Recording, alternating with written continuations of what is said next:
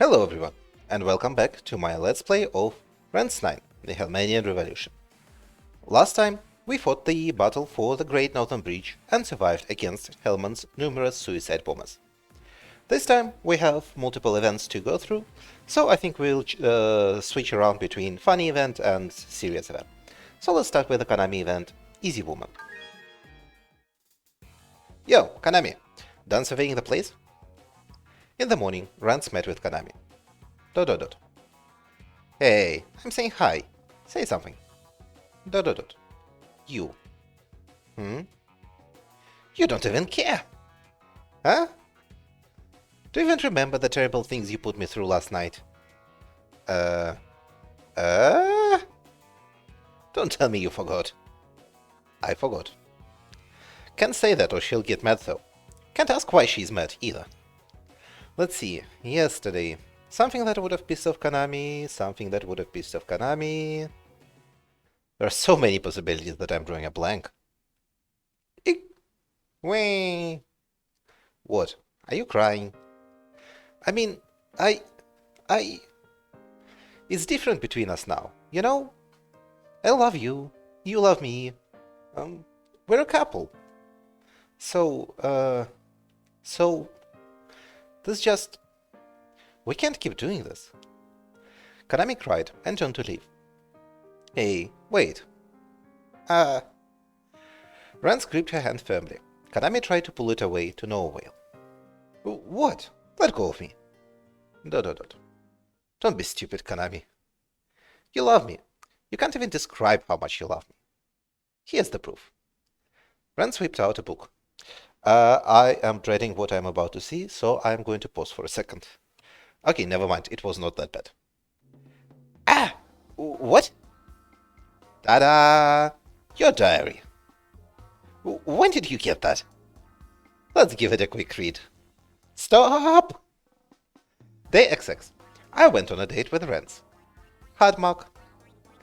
All we really did was take a walk around the lake, but I loved it. Usually, it's Rance who puts his arm around mine, but today I put my arm around his. Was that a little too assertive? Yeah! There's more! Day XX. Tonight, Rance asked me to come to his room. He wanted, of course, to... I can't write anymore. No! But wow, he was way gentler than he usually is. It was like how I imagine a husband, maybe? I felt a little happy about that. Or a lot happy. Heart mark. I can feel the love. Wah. Crap, I overdid it. Those are real tears. Squeeze. Rance softly hugged Kanami. Sorry, I won't do it again. ... He actually apologizes. Amazing emotional growth. Really? Yeah, because I love you. You think that's enough to make me feel better? It's not? Nope. No way. ... Smooch. Rance gently, carefully kissed Kanami on the lips. How about now? Feel better yet? ... Much better, stupid. Can you stop being an idiot now? Leave it to me. Rance, you dummy. Kanami prodded Rance's chest. Think about what you did, okay? Kanami left in high spirits. She's kinda... you know. What? A huge pushover? Fool. Girls are the cutest that way. Wasn't Kanami cute just now? Submissive girls are the best. It goes way beyond submissive. That's the kind of girl who lets a bad dude ruin her life. Yeah, I wonder who the bad dude is. I wonder who it could be. ... Why are you looking at me like that? It's you. You're the bad dude. Are you crazy? Name one man who's better than me. Oh, I see how it is. You're jealous, aren't you? Lonely and jealous. I ain't jealous. Oh yeah, so what did I do yesterday anyway? Seriously, man. I guess we never learned what Rance did yesterday. But let us see Withering Flower. Maybe this will be a direct continuation from Suicide Bombs. Okay, Great Wall of Helman. Great Wall of Helman. I guess we are back to Aristoles. Been a while. We haven't actually seen him from the very start of the game.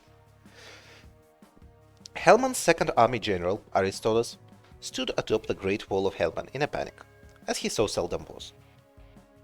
This is odd. Just where could it be? Hey, General. What's got you in a tizzy? Looking for something? Lieutenant General. Aristoles was approached by his grinning Lieutenant General, Convert. Hope it's nothing too valuable. Actually, think I'll help you search.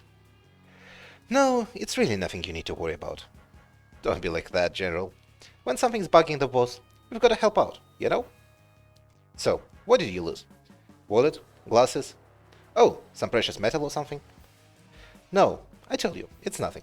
He lost the marble that the monsters are looking for. Oh, maybe. Okay, and I think Convert is in on it, because he didn't actually lose it. I think Convert stole it. A little something like this. Now that's an evil face.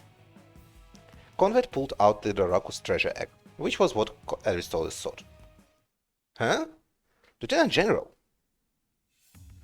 More Second Army soldiers walked out and surrounded Aristotle. The look on Convert's face was hardly appropriate for facing his boss, considering how belittling it was. Oh, it's treason then. Ooh, what's this now? Something wrong? You don't look too hot. I think you already know. Oh, you bet I do. You were calling the monsters with this thing, eh, General? Convert sneered. ... Felt real fishy that all those monsters started coming at us for no reason. Sure didn't realize they were being summoned by you, I'll say that. I had my reasons. Do you know why? Oh yeah, of course I know. Don't want the Second Army attacking the rebels, am I right? Honestly, you got us good. The country is in a dismal state. The people are impoverished, and public order is on a constant decline. Not only that, but the ones in power are stretching the limits of corruption. Our international standing is only getting weaker. If this goes on, you and I both know Helman will cease to exist. The country is in the process of changing. The Second Army should help hasten that process. Nice little speech. So if that's how you feel, why not say so from the start? If you really think you're right, maybe you could have convinced your troops so you could actually do so. No? ... So there is some reason you couldn't, eh? The Second Army has quite a number of Stessel supporters. Yeah. Welp, you saw right through everything. Of course, I did consider asking troops to join the Revolutionary Army at first. The Second Army has great enough numbers that if we sided with the revolution, it would be the ultimate blow against the state. But Stessel made sure that couldn't happen. If anyone in the Second Army was thick enough to rebel, the top brass would hear about it. Convert ran his hand across his neck in a cutting gesture. So you gave up on that idea early and figured you'd at least obstruct us then. Makes sense. And you use a hell of a crazy plan to keep us at the wall. Am I right? That's the gist of it. I was aware of your connections to Stessel as well. Dang, so you did know all along.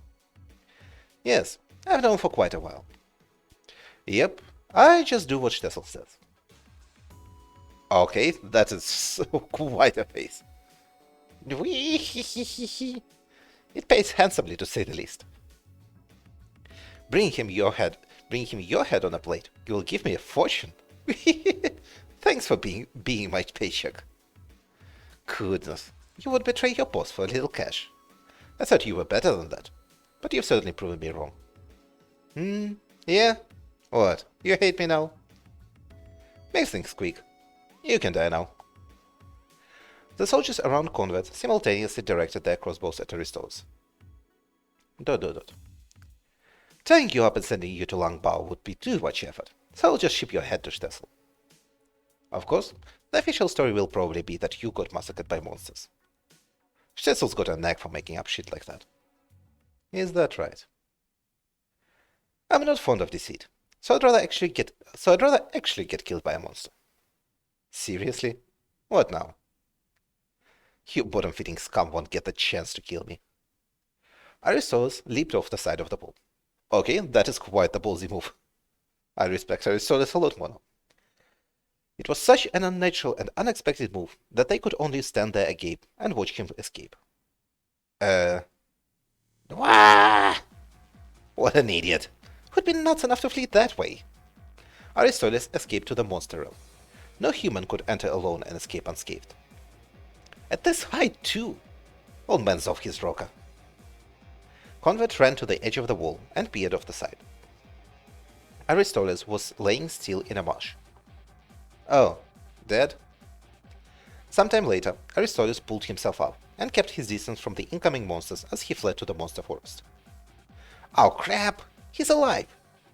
Hey! Chase the monsters off. We at least need a corpse to bring back. Quick, before something eats his head. But the Second Army's desperate search was all for naught. They failed to capture or kill Aristotle. ... Okay. Looks like you're awake. Okay, so I guess Aristotle actually managed to reach the Color Forest. And Aegis was a character in the previous game, Rance Quest. Oh wow, Aristotle is really not looking good. Holy crap.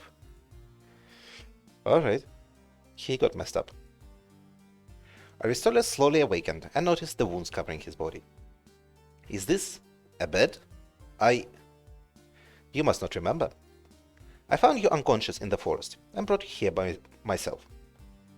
I see. After I fled, I was attacked by monsters. So you helped me. Thank you. ... Long ears, turquoise hair, a crystal in the forehead. Are you a Kala?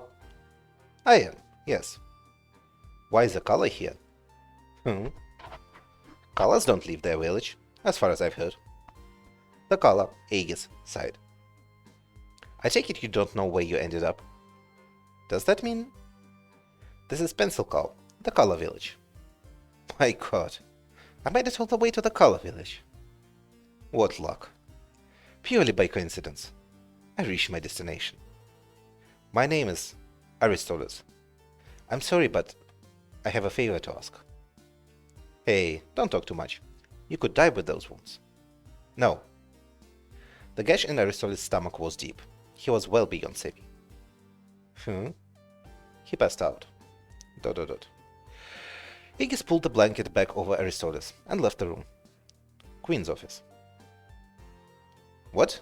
He mentioned the founder, you say? And this is Kala Queen Pastel, mother of France's daughter Reset Kala. Yes, most assuredly. Queen Pastel Kala listened to Aegis' report and furrowed her brow. While unconscious, he said the founder's name and kept saying to run away. It was like he was hearing a nightmare. I wonder who the founder is. Oh wait, is Hunty the founder? Maybe Hunty is the founder. Run away from what, exactly? He may be trying to tell us something important. Alright, we shall contact the founder telepathically. If you would. Pastel went to another room to prepare. Okay, and here's Reset, Rance's daughter. She is very cute. The founder? The founder? Oh, hello there. Pastel's daughter, Reset, clung to Aegis' slack. Do you know the founder, Reset? Mommy tells me stories about her before sleepy time, how she's our ancestor and all that. And long time ago, she made the Kala village. Aegis smiled faintly and stroked Reset's head. Yes, she's a precious ancestor to all Kalas. Can I meet the founder? When's she coming? I wonder. I don't know if she'll actually show up. This might be a painful day for the founder. She could have some trouble introducing herself. Question mark? Aegis, we got a hold of her. She'll be here momentarily. We can take her to the infirmary. Look after Reset. Yes, Your Majesty. ... Shortly thereafter, Hunty arrived in Pencilgal. Okay, so I guess Hunty really is the Kala founder. She and Pastel didn't spend much time catching up before heading to the infirmary. Are his injuries bad? ... Try to stay calm when we tell you this. According to reports, he doesn't have a chance. ... That idiot does the most reckless things. Here's his room. We shall wait out. I'm sorry. We shall wait outside.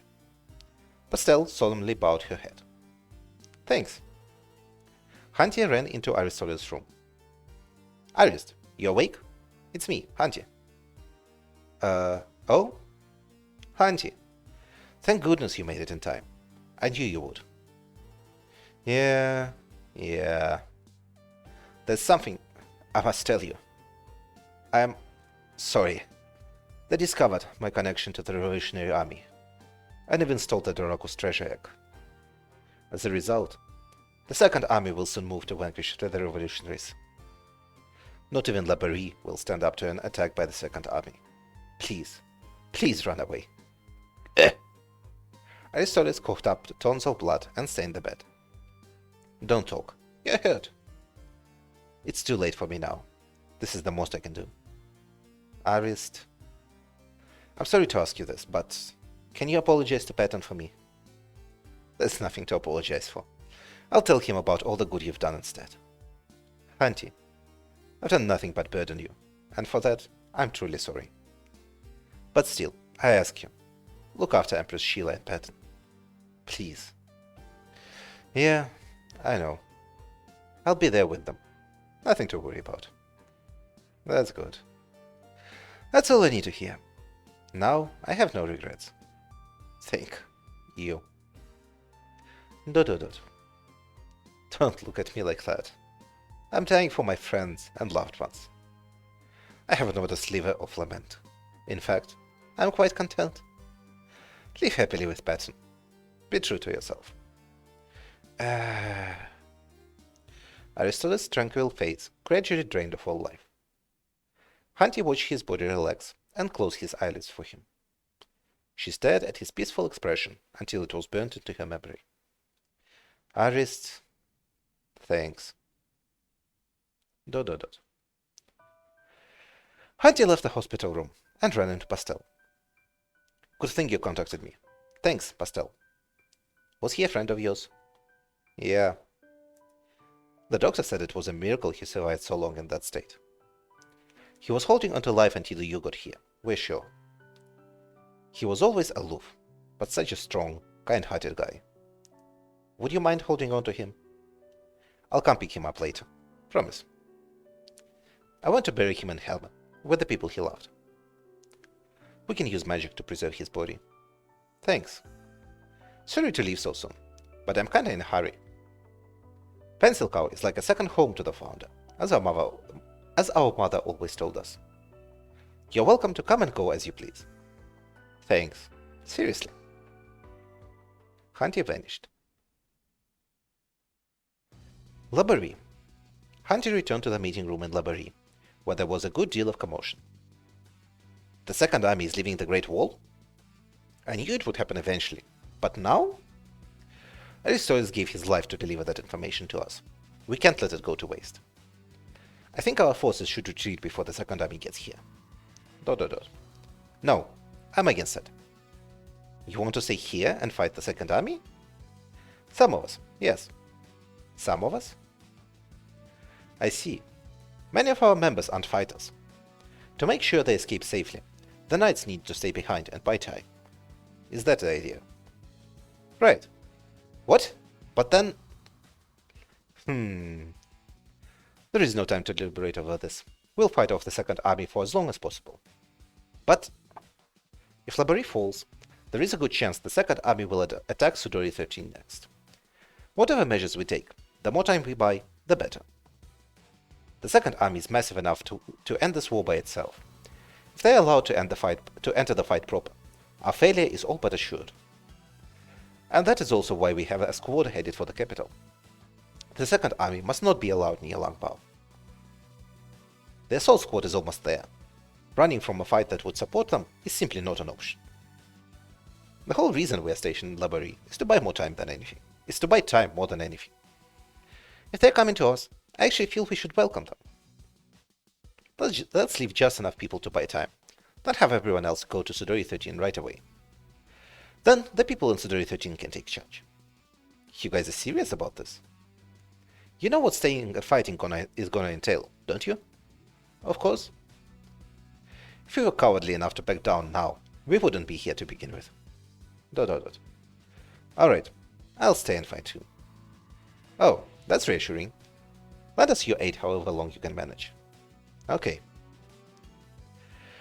Most of the soldiers in Labori departed for Sudori 13, while the portion of them who chose to stay behind for a struggle to the death saw them off.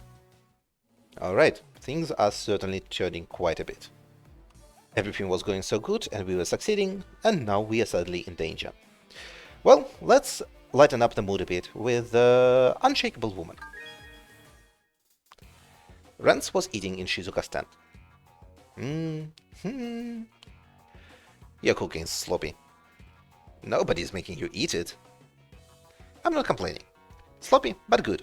Hey, get me seconds. Why are you eating in my tent anyway? Why not? Just kinda felt like it. Don't mind me. ...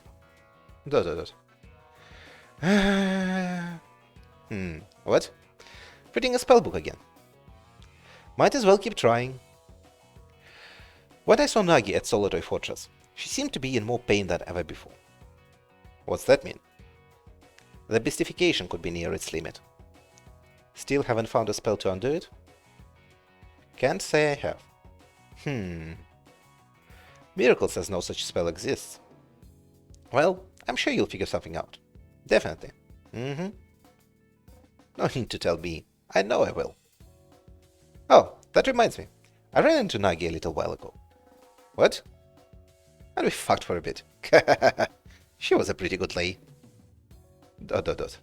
Oh, Shizuka is blushing a little bit. What? Jealous? Why would I be? You're like an animal. Nothing you won't sleep with. Even Nagi, with her looking the way she does. What? You mean the mystification? It's subdued enough to be cute. Besides, she's your sister. Nagi's as cute as you are. ... As long as I'm seducing you, might as well do her too. Everything you say is ridiculous. Shizuka sighed, feeling both anger and disgust. It's not ridiculous. I'm totally serious. You'll be a good wife, Shizuka. Rance put his arm around Shizuka's shoulder. What? Why did you get so close? Let go. Get away. No way. You're gonna be my wife. Well, I ain't ever getting married, so just a girlfriend, I guess. Wait, stop. Done eating, so time for sex. ... I have to pause for a second and see what's ahead. Nothing is ahead. Ow! What a jerk. That was a serious magic attack. God, that's smart. Her face turned beet red. Must have been fucking pissed. Is something the matter? Merci. Well, actually, I was just hitting on Shizuka. Or I was trying to, but then she kicked me out of her tent. Is that so? Feels like she's near the breaking point, but she always escapes at the last second. Today was especially close. Yeah, and you ruined it at the last second. What do you mean by near the breaking point? I mean the point when she falls head over heels for me. She's a tough nut to crack, so it's been rough. Well, I'll make your mind eventually. Oh, that's interesting. And here I thought Shizuka already was. Nothing. Apparently I was mistaken. Alright. Well, Shizuka will be into me soon enough. Okay. Okay. But let's see what it takes to lead. After their retreat from the Great Northern Bridge, the outlaws were on their way to the camp. Patton lay in bed and laughed. Dang, sorry I worried you all. Ain't something to laugh about. Seriously though, I feel bad.